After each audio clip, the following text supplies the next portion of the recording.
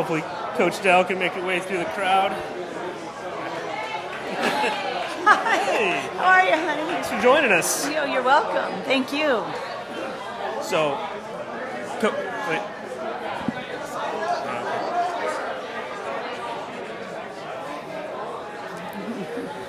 So, Coach Dell, how do you feel sectionals went Saturday? I mean, that's always something as a coach. You know, you step back and then you sort of evaluate. Obviously, you got your kids that are your potential scorers and the kids that you really just wanted to get there. How do you think everything went as the meet went along? We were really well prepared for that meet on Saturday, but at the end of the meet, I have to tell you, very few times am I at a loss for words, and I was at a loss for words at the end of that meet. These kids just showed tremendous guts and courage, and it was just a phenomenal meet for these kids. 3 of our 4 boys weren't rested fully, and they had the guts to take the risk and go for it and just mentally get themselves ready to race. So they did a great job. Yeah, I mean, that's always tough because, again, we just talked about how the cuts are so tough to say, you know, if it's borderline, you know, do we roll the dice because, you know, it might help us score the next week, but, you know, you can miss things by a tenth. We made a decision at the beginning of the season with 3 of these boys that we were going to go for state and not sectionals. And when it came to sectionals, they were just a couple tenths under the state cut in their events. But we knew that we just had to put it all out there Saturday. Mentally, it was just like, you know what? You have swum the miles, you have ridden the bikes, you have done the abs, you've prepared, and just need to know that you're ready to do it, and the present is here, and let's go. Well, a bunch of your kids are winning prizes, and I see they're unshaved. But Bunning and Grumhouse. Yeah, they're not shaved. No. And Davis Malone's another kid I know, state qualifier last year. Yep. Malone family must be. Davis is one of our senior leaders, and he's just done a great job. He's probably, without a doubt, one of the hardest workers on our team, and comes to practice every day ready to go. Never complains, never whines, puts his face in the water and just practices hard every single minute of every practice. And so obviously, when you're a distance swimmer, life's a little different. A lot different. How good do you think it's been for he and Peter Grumhouse to be able to, be there with each other all year? The 2 of them have trained. They trained together in their club team also, so that was really beneficial for them. But they're just not afraid to tackle any distance set, and they feed off of each other. But they're incredibly supportive of one another.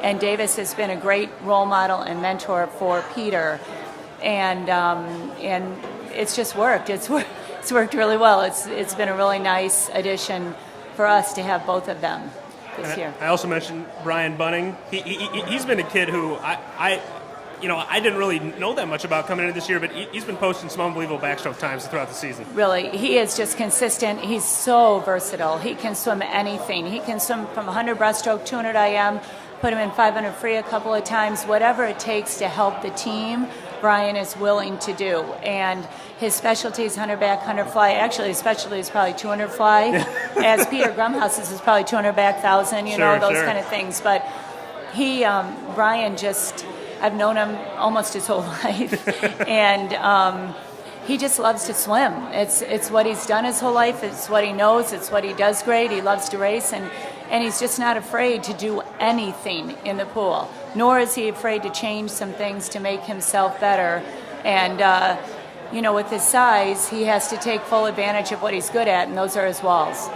Now, Lake Forest, relatively newer school in the state, and I was a senior in 2003.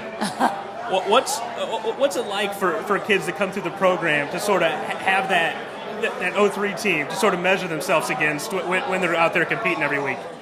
I think Lake Forest has great tradition, and the tradition has really spurred our swimmers on.